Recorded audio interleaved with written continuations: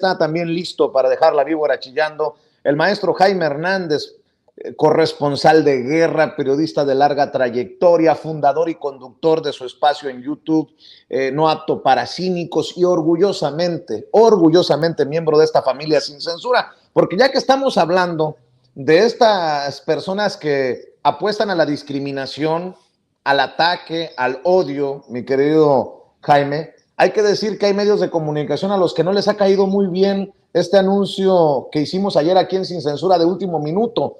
La Coneval anunciando que hay menos pobres en nuestro país, o sea que la cuarta transformación avanza en el sentido correcto. Veía la primera plana, no sé si la tengas, mi querido David, del periódico Reforma, por ejemplo, ¿no? Que demuestra confirma lo que estoy diciendo. No sé si tengas por ahí, miren, fíjate, iría Movimiento Ciudadano solo en 24, ven Plan A en Nuevo León, grandote, mi querido Jaime, y ahí, escondido en la esquinita, se reduce la pobreza. Si eso no es demostrar con los pelos de la burra en la mano que hay medios a los que no les cae bien que le vaya bien al pueblo, no me quiero imaginar a todos los odiadores del presidente, no me quiero imaginar a este sector de la sociedad como el de Lord Lomas, cuando se enteren que hay cerca de 9 millones de menos pobres. Mi querido Jaime, ¿cómo estás? Perdón por extenderme en la presentación, pero ando apasionado con el tema y todo lo que ha salido ya seguramente estás escuchando desde hace rato.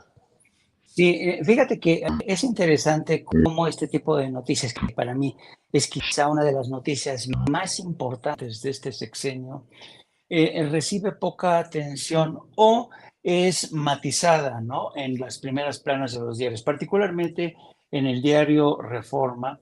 La Jornada es el único periódico que, sin escatimar nada, dice que se ha conseguido abatir la pobreza en México. Un dato que no es baladí, es un dato trascendental. Y claro, cuando uno es periodista, y sobre todo esta nueva cultura del periodismo que tenemos en México, que consideran que este tipo de noticias no son lo suficientemente sexys, ¿no? Pero claro, hay gente que sabe lo increíble, el verdadero trasfondo que hay detrás de esta noticia. ¿Por qué? Y voy a tratar de hacerlo brevemente. Mira, Andrés Manuel López Obrador es un líder político que por primera vez, a través de un acto colectivo de aprendizaje, porque todos estamos inmersos todos los días en este acto colectivo de aprendizaje a través de las mañaneras, el presidente se ha esmerado en explicar día tras día en qué consiste, qué importancia tiene, por qué él está tan feliz en el hecho de que se haya abatido por primera vez la pobreza. Pero detrás de este anuncio están toda la batalla que ha librado su gobierno desde el primer día. Y uno de los elementos básicos de esa batalla fue la decisión de aumentar el salario mínimo, que no se había aumentado en décadas. No lo hizo el PRI, no lo hizo el PAN. ¿Por qué? Porque decían que si se aumentaba el salario, se iba a disparar la inflación. Bueno, ya sabemos que eso era un mito. Luego empezó con el tema de la pensión para la gente de la tercera edad, para las becas. Empezó a redistribuir la riqueza que cuando empezó con estos proyectos de los programas sociales, muchos columnistas, muchos periodistas, muchos medios corporativos dijeron, no le va a alcanzar, no le va a alcanzar. Pues no solamente le ha alcanzado, sino que hasta le ha sobrado para proyectar la construcción de infraestructura sin precedentes en aeropuertos, transporte, trenes, hoteles, en fin. Las inversiones que ya tiene el gobierno de México superan los 2 billones, incluidas la compra del Deer Park de la refinadora, la refinería de Dos Bocas, en fin, ha hecho más de lo que la gente sospechaba que podía hacer el presidente. ¿Y por qué? Porque cortó de tajo con la corrupción. Ciertamente, el anuncio más importante para mí es que se haya sacado desde el fondo del pozo a millones, casi 9 millones de pobres, ¿no? Y que se haya reducido también el porcentaje de quienes viven en pobreza extrema. Esto es muy importante y te voy a decir por qué. Tú sabes, Vicente, que a través de los años ha habido historiadores, antropólogos, sociólogos que se han dedicado a estudiar el fenómeno de la pobreza y la pobreza extrema. Y la mayoría de los antropólogos y los sociólogos, los economistas han llegado a la conclusión de que no hay factor más discapacitante, no hay factor más discapacitante que la pobreza, que la desigualdad.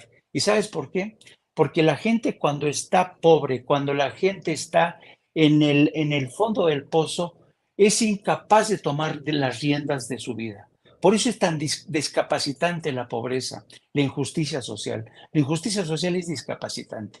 Entonces, cuando empieza a haber algo de alivio a estas gentes que empiezan a salir de la pobreza, esta gente empieza a hacerse con el control de su vida, de poco a poco, ¿no? Porque la lucha contra la pobreza nunca va a ser lineal, es una batalla constante, continua, que siempre se va a enfrentar a quienes dicen, no, no les den becas a esos huevones, no les den pensiones a esos huevones, no hay derecho, patatín, patata, ¿no? Y entonces, ¿qué es lo que pasa? Cuando la gente empieza a tomar el control de su vida y y cuando hay de manera paralela un fenómeno de aprendizaje colectivo en el que Andrés Manuel López Obrador nos dice todos los días, señores, esta gente no les aprobó el salario mínimo mintiéndoles como con todos los dientes. Señores, los medios de comunicación corporativos le han mentido a ustedes durante todo este tiempo. Señores, el PRI y el PAN son lo mismo, no le sigan así. Entonces, este continuo aprendizaje colectivo ha galvanizado, ha permeado a grandes capas de la sociedad mexicana. Y hoy, cuando viene esta gente del PRI y del PAN, como estuvieron en el foro ayer diciendo que este gobierno es un gobierno autoritario, que está destruyendo al país, Beatriz Paredes diciendo que Andrés Manuel López Obrador es un gran error histórico, el Santiago Krill diciendo que por fortuna ya llegaron ellos nuevamente para tomar las riendas del país. Y cuando sale Xochitl Gálvez y dice, yo sí tengo muchos ovarios para enfrentarme a López Obrador, dice uno, bueno, ¿en qué país viven estos? Oye, Dime. oye, Jaime, fíjate que entiendo por cuestiones políticas que estos digan cualquier pendejada, pero que académicos, que disque intelectuales como Sergio Aguayo, que por cierto creo que sigue mamando en el Canal 11, ¿no? Sergio Aguayo, el gran Sergio Aguayo, no esté ocupado en el análisis de esta que dices tú, una de las noticias más importantes del sexenio, y que escriba un tuit como el que te voy a presentar, pues uno como que lo entiende todo, ¿no? Que desde la academia, desde la intelectualidad, se sumen a esta, pues a esta, perdón, lo voy a decir muy sonorense, esta cagada política. Dice Sergio Aguayo, Beatriz Paredes, Enrique de la Madrid, Santiago Krill, Xochitl Gálvez dieron el primer paso. Hubo algunos tropiezos e hizo falta el debate entre ellos, pero ideas hubo y muchas. Otro paso en la transición. Felicidades por este primer esfuerzo. Dices, cuando lees a académicos como Sergio Aguayo con estas pendejadas, de puta madre. Pues con razón estamos como estamos en ciertos sectores de nuestro país. Me hubiera imaginado que por su historia, por lo que llegó a significar Sergio Aguayo, pues tendría otras cosas en que ocuparse el gran Sergio Aguayo. Pero bueno, solitos van desnudándose ante el gran juez que es el pueblo, mi querido Jaime. Y fíjate que con este tipo de tweets y mensajes, te fijas en la parte que dice, vamos, dice, otro paso en la transición. ¿Eh? Yo le preguntaría a Sergio Aguayo, ¿otro paso en la transición? ¿La transición hacia dónde, Sergio? ¿La transición hacia el pasado? ¿La transición hacia la injusticia social? ¿La transición hacia atrás, hacia la desigualdad que había antes? Y esto te demuestra este simple tuit de Sergio Aguayo, querido Vicente, te demuestra hasta qué punto intelectuales orgánicos se convirtieron en los grandes cómplices del sistema, en los grandes cómplices del sistema. Ellos fueron ellos fueron corresponsables de esta terrible desigualdad social durante más de 40 años. Enrique Krauss, Sergio Aguayo, Amparo Casar, toda esta gente, ninguno de ellos, nunca vi que ninguno de ellos realmente denunciara a los gobiernos del PRI y el PAN por lo que mencionaban hace rato de Felipe Calderón. Fue uno de los gobiernos que más dinero recibió por el petróleo. ¿Y qué hizo? Fue cuando se disparó más la desigualdad social, cuando se enriquecieron más en el país. Y Sergio Aguayo, ¿qué decía? No decía ni mu. Por eso los intelectuales orgánicos, pero esto es un fenómeno casi universal que viene casi desde la época de la Ilustración. Hay escritores, filósofos, intelectuales que siempre aceptan de forma bastante complaciente convertirse en comparsas del poder. Un poder que no quiere que haya, quiere que haya gente pensante. No le conviene la gente pensante. No le conviene que haya gente que cuestione el status quo. No le conviene que la gente vote teniendo en cuenta el futuro de sus hijos, de sus nietos. Y yo creo que, por eso yo creo que Sergio Aguayo, junto con intelectuales como Enrique Krauss, Jorge Castañeda, Aguilar Camín, van a estar en el infierno, están condenados al infierno porque durante mucho tiempo se convirtieron en cómplices de esa desigualdad que por primera vez en mucho tiempo, en décadas, Vicente, estamos viendo cómo surgen algunos, cómo escapan, cómo surgen desde el fondo de esa pobreza. Y yo creo que esa noticia es para mí de las más importantes, por más que la quieran reducir, porque fíjate, hay quien dice, bueno, sí, se abatió la pobreza, pero hay otras carencias. Pues sí, señores, hay carencias y temas que resolver en el ámbito de la salud, en todos los ámbitos. Pero sacar a casi 9 millones de mexicanos de la pobreza, no, es que no es poca cosa. Así es que yo entiendo que esta gente le quiera realmente contrarrestar y quitar mérito a uno de los logros más importantes de la 4T y el presidente. ¿Y por qué no lo quieren resaltar? Porque ya tenemos a la vuelta de la esquina las elecciones, Vicente. Esa es la sencilla razón por la cual esta gente no quiere reconocer lo importante de esta batalla y de qué manera López Obrador la emprendió desde el primer día de su presidencia.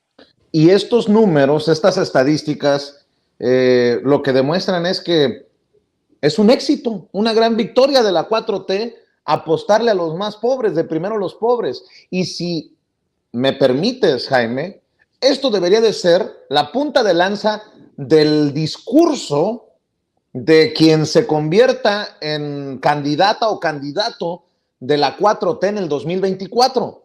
Porque, bien lo decías, ¿qué es lo que quieren? Regresar, o sea, dar pasos hacia atrás, no solamente en el sentido de regresar al PRIAN, sino regresar, o sea, ir hacia atrás y no continuar con estos logros. ¿Qué parte no entendería una persona con un par de dedos de frente de que si hay 9 millones de menos pobres en el país, es que se avanza en la dirección correcta? Dame tus reflexiones para cerrar, Jaime. Para mí esto es apasionante y estoy de acuerdo contigo. No lo había dimensionado como tú lo has puesto sobre la mesa hoy, Jaime. Esta sería la más importante de las noticias o una de las más importantes del sexenio. Sí, porque mira, hay que entender una cosa. Todos los estudios de los antropólogos, sociólogos, los historiadores han demostrado que hay dos formas de discapacitantes, ¿no? Por ejemplo, o de desigualdades. Hay dos tipos de desigualdades. La desigualdad vital, ¿no? Esta que es responsable de que gente muera por diabetes, por problemas de corazón, por no alimentarse bien. Ese es un tipo de desigualdad que atañe al tema de la vitalidad. Pero hay otro tipo de desigualdad, la desigualdad existencial. Y yo creo que, por ejemplo, un ejemplo de cómo este gobierno ha permitido avanzar en el terreno de la desigualdad social. Todos aquellos chavos que están recibiendo estas becas temporales para estudiar, tienen esta oportunidad de superar este obstáculo de desigualdad existencial, porque ya pueden planear su futuro. Quieren ser ingenieros o médicos o arquitectos o escritores o pintores, lo que se les quiera hacer. Esto es un tremendo logro, ¿no? Ya, entonces, yo creo que esto es por un lado, ¿no? Porque la gente no solamente basta con que tú le nutras el coco, los enseñes a pensar, a aprender en este ejercicio de aprendizaje colectivo que experimentamos todas las semanas en la mañanera, sino también es importante que se llegue, y esto tiene que ver con el personaje, con esa piltrafa humana que ponías antes, que decía que él, si pudiera, mataría a López Obrador. Fíjate, para esta gente tiene que entender que la desigualdad social no está en los genes. La desigualdad social no está en los genes, no está en el color de la piel. La desigualdad social no está en los apellidos, ¿no? Tú puedes llamarte Pérez, puedes llamarte Herrera, Vizcaíno, García, Hernández, fíjate, hasta los Serrano, tienen que entender que realmente los genes, los apellidos no tienen nada que ver con la desigualdad. Yo creo, y este tipo de personajes, estas piltrafas humanas que creen que por vivir en un barrio o tener el pelo güero y que tienen el derecho de despreciar a los morenacos, ellos sí tienen los genes, el apellido y el código postal que les permite ser superiores, están realmente, y la gente tiene que aprender esto, tiene que aprender que la desigualdad social es un cáncer que se tiene que combatir, pero es un cáncer, mira, que llega no solamente que pega al bolsillo, sino que también pega acá, a personajes como este loquito que tienen que entender que la desigualdad social no está en los genes, ni en el apellido, ni en el código postal.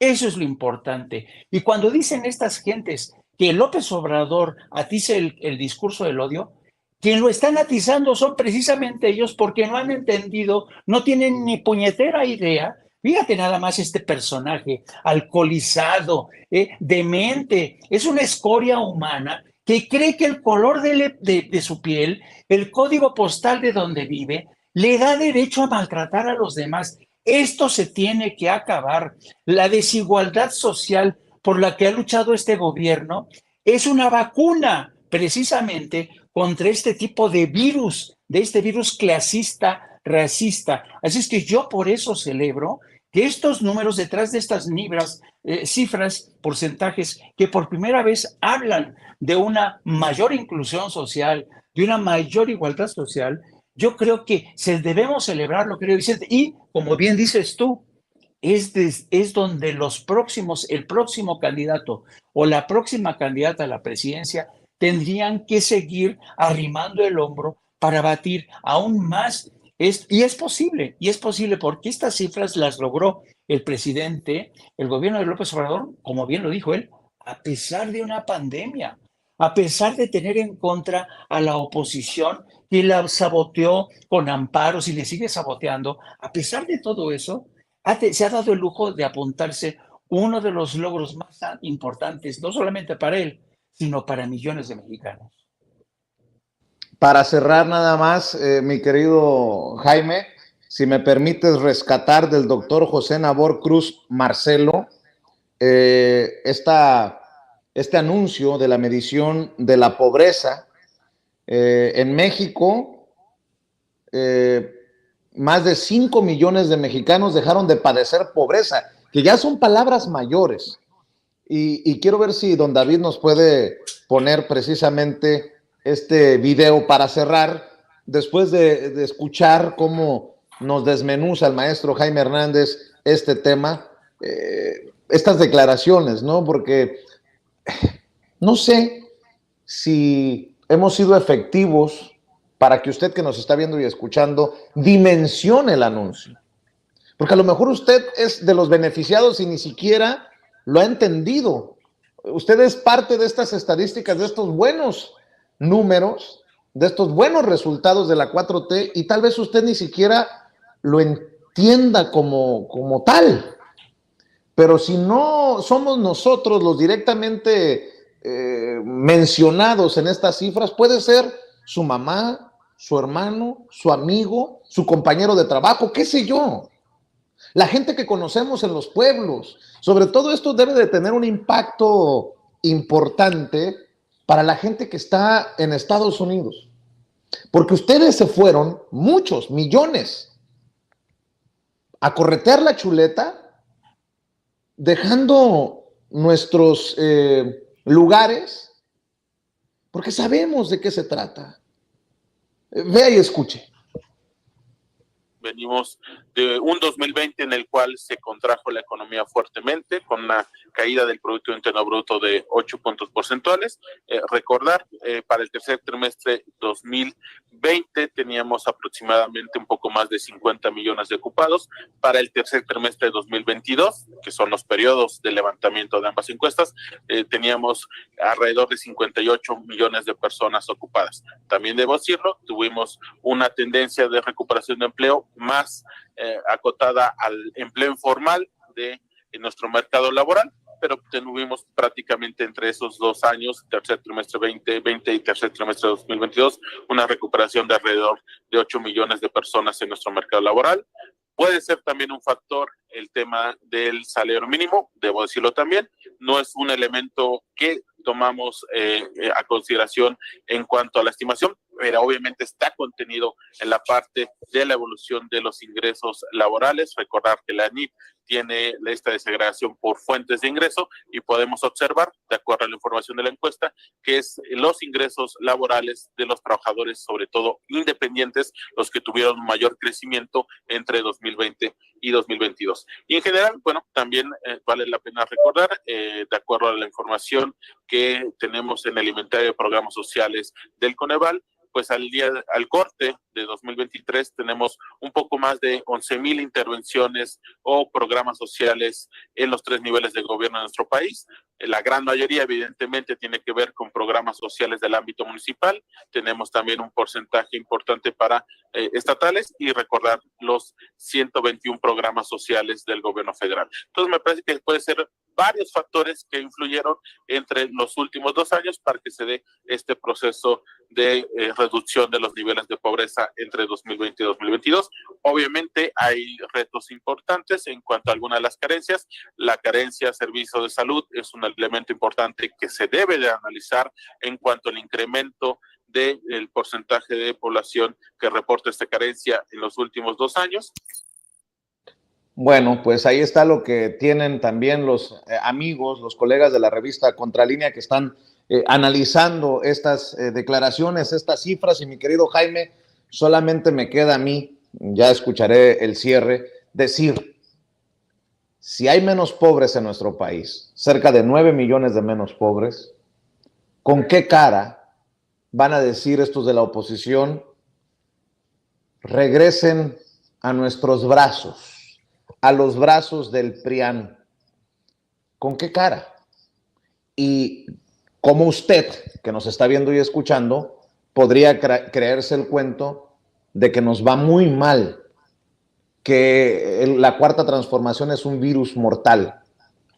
Hasta en eso se desnudan de no conocer al pueblo esos que quieren desde la oposición regresar a sus privilegios. Mi querido Jaime, maestro, cerremos con tus comentarios, con tus reflexiones y si me permites también pedirte la información de tus espacios, de tus trincheras, maestro Jaime Hernández.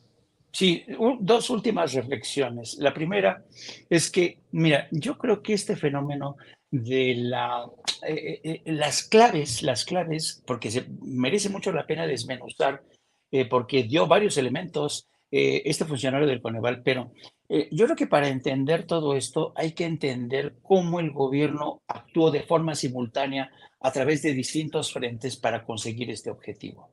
Y incluso el presidente ha dicho que va a patentar esta fórmula, ¿no? Porque es una fórmula inédita, es una fórmula que no ha recurrido al endeudamiento, no ha recurrido a la contención salarial, sí ha recurrido a la contención del gasto público, como haría cualquier familia que tuviera sabiduría de finanzas. Entonces, yo creo que la receta tampoco es tan excepcional, pero el presidente, para mí esta fórmula está llena, cargada de sentido común. Eso por un lado, ¿no?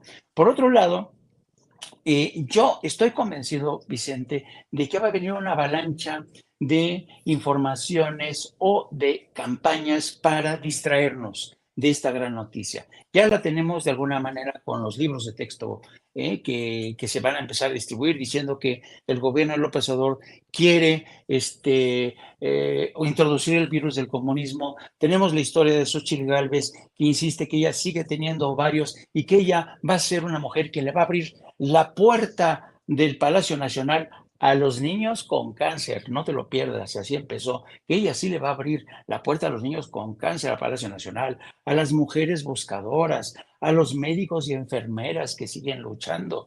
Entonces, yo creo que vamos a enfrentar este tipo de historias, pero yo creo que la gran vacuna contra la desinformación y campañas sucias son la mañanera, que efectivamente se ha convertido en un mecanismo de aprendizaje colectivo continuo, pero también hay que tener en cuenta, y hay veces, yo a veces tengo la impresión o la convicción de que el gobierno todavía no se ha dado cuenta, me refiero al gobierno de López Obrador, de que como parte de este aprendizaje colectivo, espacios como Sin Censura, espacios como periodistas como el maestro Sevilla, Paco Cruz, Vicente Serrano, Gutiérrez Priego, Valderas, Hans Salazar, Manuel Pedrero, Ibrahim, no apto para cínicos, en fin, somos de alguna manera parte de este esfuerzo colectivo de aprendizaje continuo.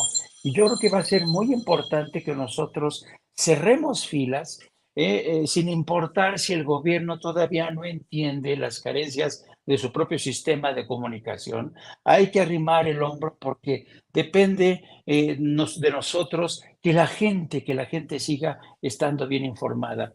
Y una última ahora sí, a propósito de este grado de que la gente que ha salido de pobres.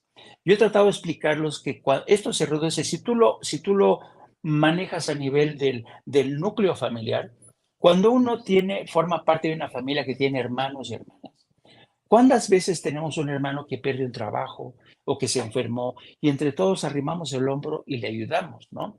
Hay familias disfuncionales, ¿no? En la que dicen, no, que se vaya la chingada, que no me importa un carajo, no le voy a ayudar, no, porque él nunca me ayudó. Entonces, cuando un hermano de esa familia se queda atrás, se queda jodido, no sale de la pobreza, es un problema no de esa persona, sino de todos nosotros.